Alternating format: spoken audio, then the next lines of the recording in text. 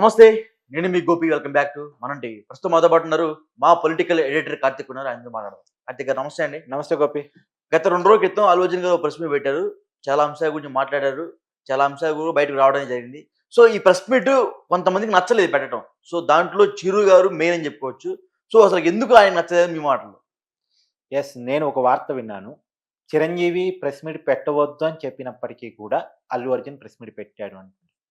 ఇది నిజమో కాదో నాకు తెలవదు. ఎందుకంటే వాళ్ళ ఫోన్లు సంభాషణ నేను వినలేదు. వాళ్ళ కుటుంబాల్లోకి నేను వెళ్ళలేదు. ఓకే. కానీ ఈ వార్త అయితే సర్క్యులేట్ అవుతుంది. నమ్మాలా వద్దా ఒకసారి చెక్ చేసుకునే ప్రయత్నం చేద్దాం.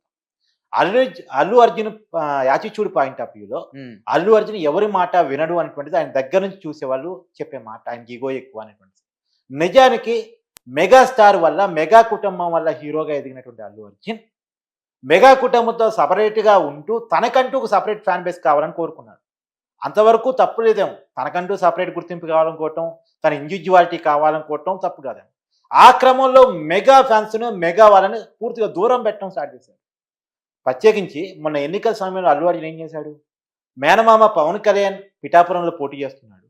ఆయనకి లైఫ్ అండ్ డెత్ ఇష్యూ పొలిటికల్గా చూసినప్పుడు అలాంటి టైంలో అందరూ కుటుంబం అంతా కూడా పవన్ కళ్యాణ్ సపోర్ట్ చేస్తుంటే ఒక్క అల్లు అర్జున్ మాత్రం ప్రత్యర్థి పార్టీ జనసేన ఏ పార్టీ మీద అయితే ఫైట్ చేస్తుందో ఆ పార్టీకి సంబంధించినటువంటి ఎమ్మెల్యే అభ్యర్థి శిల్పా రవిచంద్రారెడ్డికి పోయి ప్రచారం చేసి వచ్చాడు. అవును. పైగా నా మిత్రుడు అని చెప్పే ప్రయత్నం చేశాడు.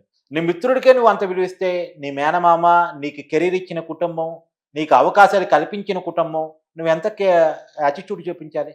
ఎలాంటి రుణం తీసుకునే ప్రయత్నం చేయాలి? కానీ అలా కాకుండా డిఫరెంట్గా ప్రవర్తించాడు కదా అల్లు అర్జున్.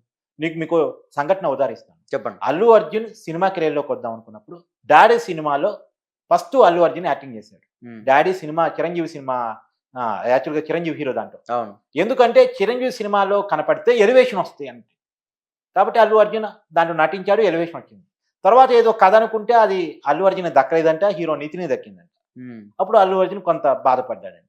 ఆ టైంలో చిరంజీవి అల్లు అర్జున్ని హీరోగా పెట్టి సినిమా తీపించడం కోసం స్వయంగా రాఘవేంద్ర గారికి ఫోన్ చేసి, నీ 100వ సినిమాని మా ఇంటి కుర్రోడు అల్లు అర్జున్తో తీయాలి అని చెప్పేసి రాఘవేంద్రరావు గారిని చిరంజీవి గారు అడిగితే చిరంజీవి గారి మాట కాదనలేక తన 100వ సినిమాని, మొదటి సినిమా అల్లు అర్జున్కి, ఓకే, గంగోత్రి సినిమాని తీయడం జరిగింది.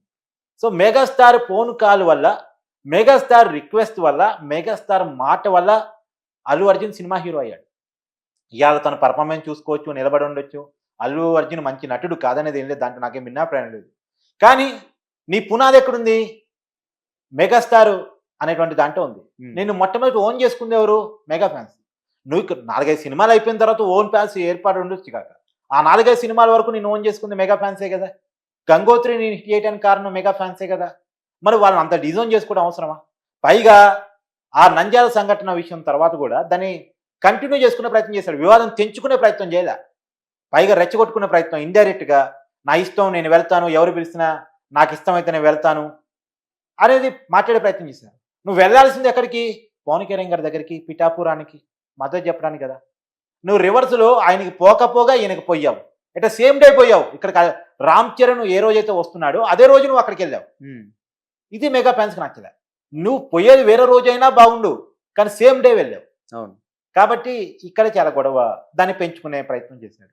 మొన్న కూడా ప్రీవియస్ ఈవెంట్లో పీకే దేవరలా అని ఒక పోస్టర్స్ కొంతమంది, అది ఎవరు అనేది కరెక్ట్ గా తెలియదు కానీ కొంతమంది వాళ్ళ పిఆర్ టీమ్ అంటున్నారు, వాళ్ళ ఫ్యాన్స్ వచ్చి పెట్టారని చెప్తున్నారు. సో ఇంకా అయితే పీకే దేవర్లో పీని కేని హైలైట్ చేశారు. అంటే పవన్ కళ్యాణ్ ఉద్దేశించే ఈ డైలాగ్ కొడుతున్నట్టు అర్థం వచ్చేలా బ్యానర్ ప్రదర్శించారు.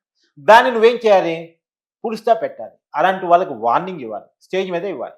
పైగా దాన్ని నువ్వు ఎక్కడా కూడా స్టాప్ చేయకుండా ఆ బ్యాక్గ్రౌండ్లో దిగిన ఇన్స్టాగ్రామ్ పాయింట్ని నువ్వు స్టోరీగా పెట్టే ప్రయత్నం చేస్తే తర్వాత డిలీట్ చేస్తావు. అండ్ నువ్వు ఎంకరేజ్ చేయదలుచుకున్నావా ఆ పాయింట్ని? నువ్వు పవన్ కళ్యాణ్ని కౌంటర్ ఇవ్వదలుచుకున్నావా? మెగాస్టార్ చిరంజీవి కుటుంబాన్ని నువ్వు కౌంటర్ ఇవ్వదలుచుకున్నావా? ఇప్పుడు ఇదంతా చర్చ జరిగింది. అందుకే మెగా ఫ్యాన్స్కి, బన్నీ ఫ్యాన్స్కి మధ్య చాలా పెద్దగా అగాధం వచ్చి గొడవే జరిగింది సోషల్ మీడియాలో. అవును. ఇప్పుడు మెగా కుటుంబం వల్ల హీరో అయిన వ్యక్తి ఇలాంటి గొడవను ఎంకరేజ్ చేస్తాడా? చెక్ పెట్టే ప్రయత్నం చేస్తాడా? ఎక్కడ కూడా పుష్ప ఈవెంట్స్కి చిరంజీవిని పిలిచినట్టు కానీ పవన్ కళ్యాణ్ పిలిచినట్టుగా నేను వినలే. లేదు. కాబట్టి అది అంత గ్యాప్ అల్లు అర్జున్ యాటిట్యూడ్ ఫలితంగా వచ్చింది. మొన్న సంజయ్ రెడ్డి దగ్గర జరిగిన ఇష్యూలో కూడా అల్లు అర్జున్ యాటిట్యూడ్ కారణంగానే జరిగింది అనేటువంటిది చాలా మంది చెప్పే మాట. ఎందుకంటే పర్మిషన్ లేకుండా సినిమా ప్రమోషన్ చేసుకునే పని చేశాడు. ఆ ర్యాలీయో, రోడ్ షోనో, వాట్ ఎవర్ ఏదైనా అనుకోవచ్చు. అవును. ఆ జనాన్ని సమీకరించే తత్వము అంతా తన సినిమా ప్రమోషన్ కోసం.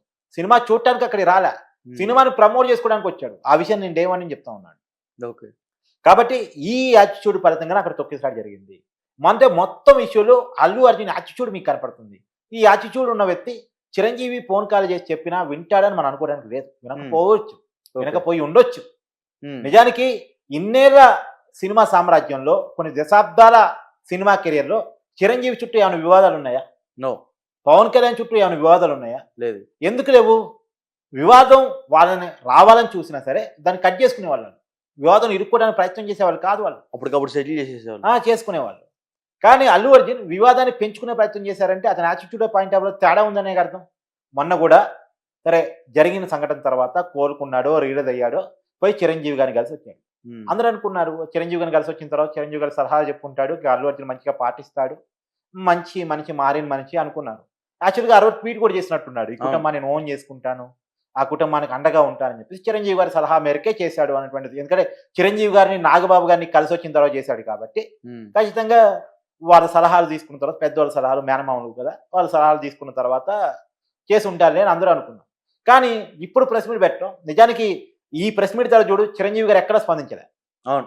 ఇవాళ ఇంట్రాగేషన్ పిలిచినా సరే చిరంజీవి గారు ఆ కుటుంబానికి మద్దతు చెప్పడము. ఇప్పుడు అరెస్ట్ అయినప్పుడు చిరంజీవి గారు వచ్చారు కదా, అవును. ఇవాళ వచ్చారా? ఇవాళ ఎక్కడ స్టేట్మెంట్ ఇచ్చారా? కనపడ్డారా నీకు? లేదు. ఎందుకు కనపడలేదు?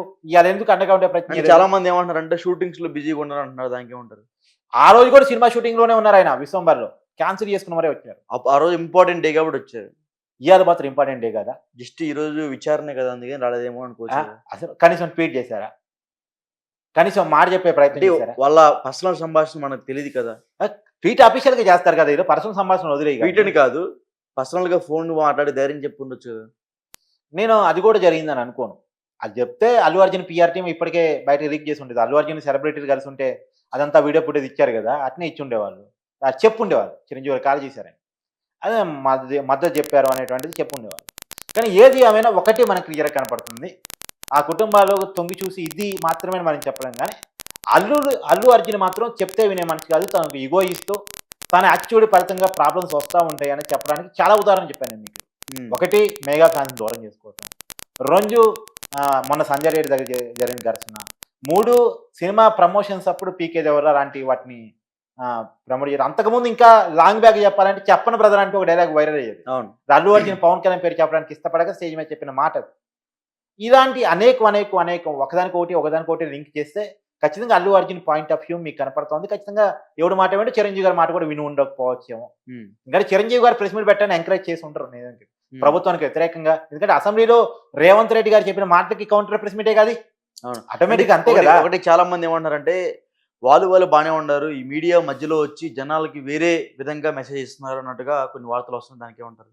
వాళ్ళు నిజంగా బాగానే ఉన్నారు అనుకుంటే పుష్ప ప్రీ రిలీజ్ ఈవెంట్ లో చిరంజీవి కనపడి ఉండేవాళ్ళు, పవన్ కళ్యాణ్ కనపడి ఉండేవాళ్ళు. పవన్ కళ్యాణ్కి వ్యతిరేకంగా బ్యానర్లు కనపడి ఉండేవి కావు. కనపడి ఉన్న అల్లు అర్జున్ తీవ్రంగా ఖండించి ఉండేవాళ్ళు. వాళ్ళు బాగలేరు కాబట్టే ఈ వాసనలన్నీ వచ్చాయి. సహజంగా ఎవరు వాళ్ళ ఫ్యాన్స్ ఫోన్ చేసుకునే ప్రయత్నం చేస్తారు, వాళ్ళు బాగానే ఉన్నారు మీకేంటి అని. వాళ్ళు బాగుండుంటే ఇలా ఉండేది కాదు. నిజానికి జరుగుతున్న వివాదాన్ని ఖండించి ఉండేవాళ్ళు.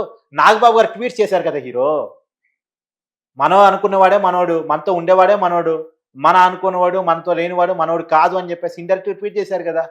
ఓకే. నువ్వు వివేకానందని ట్వీట్ చేస్తూ నువ్వు ఎక్కడ వెళ్ళినా నిజాన్ని తెలుసుకోగలిగితే, వాస్తవాన్ని గ్రహించగలిగితే మరి తిరిగి మా దగ్గరకు వస్తామని కూడా చెప్పారు కదా. ఈ నాగబాబు గారి ట్వీట్స్ అర్థం కావట్లేదా? అల్లు అర్జున్ యాటిట్యూడ్ అర్థం కావట్లేదా? నీకు కనపడుతున్న పీకే దేవర లాంటి బ్యానర్లు అర్థం కావట్లేదా? చాలా క్లియర్గా అల్లు అర్జున్ యాటిట్యూడ్ ఫలితంగా క్లియర్ కనపడతా ఉంది. దానివల్లే ఈ వార్తను కూడా నమ్మాల్సి వస్తుంది. చిరంజీవి గారు ఫోన్ చేసే ఉంటారు, అయినా సరే అల్లు అర్జున్ ప్రెస్ మీట్ పెట్టుంటారు అనేది నమ్మాల్సి వస్తుంది. ఎందుకంటే ప్రభుత్వానికి వ్యతిరేకంగా వెళ్ళమని చిరంజీవి గారు అసలు చెప్పరు. ప్రస్తుతం రేవంత్ రెడ్డి గారితో చిరంజీవి గారికి మంచి సంబంధాలు ఉన్నాయి. ఎందుకంటే ఆయన కాంగ్రెస్ పార్టీ కాబట్టి. పాత కాంగ్రెస్ రాజకీయాలు దూరంగా ఉన్నారు. అది పక్కన పెట్టేస్తే డ్రగ్స్ మీద ఒక వీడియో చేయాలని సినిమా ఇండస్ట్రీని రిక్వెస్ట్ చేసినప్పుడు మొట్టమొదటి చేసిన చిరంజీవి గారే. అవును. ఇప్పుడు రేవంత్ రెడ్డి ఉన్నాడని కాదు, మొన్న కేసీఆర్ ఉన్నప్పుడు మాత్రం, కేటీఆర్ మంత్రిగా ఉన్నప్పుడు మాత్రం వాళ్ళతో కూడా చిరంజీవి సంబంధాలు మంచిగా ఉండేవి. ఎవరు అధికారంలో ఉన్నా చిరంజీవి చాలా గౌరవప్రదంగా ఉంటాడు. గతంలో జగన్ అధికారంలో ఉన్నప్పుడు జగన్ అవమానించినా సరే చిరంజీవి కాంట్రవర్సీకి ఏం పోలే. తర్వాత కూటమికి సపోర్ట్ చేశాడు. కూటమి ప్రభుత్వంతో కూడా తమ్ముడు డిప్యూటీ సీఎంగా ఉన్నాడు. చంద్రబాబుతో మంచి సంబంధాలు ఉన్నాయి. తర్వాత మనం పోయి కలిశాడు కూడా. ఇక్కడ కూడా రేవంత్ రెడ్డి ఆయనకి పద్మవిభూషణ్ వచ్చినప్పుడు సత్కారం నిర్వహించారు. ఓకే. రెండు ప్రభుత్వాలతో మంచి సంబంధాలు ఉన్న వ్యక్తి, వివాదాలకు దూరంగా ఉండే వ్యక్తి, వివాదాన్ని కొని తెచ్చుకునే యాటిట్యూడ్ అల్లు అర్జున్లో మనకు కనపడుతుంది. ఓకే. థ్యాంక్ యూ కార్తిక్ గారు. Thank you.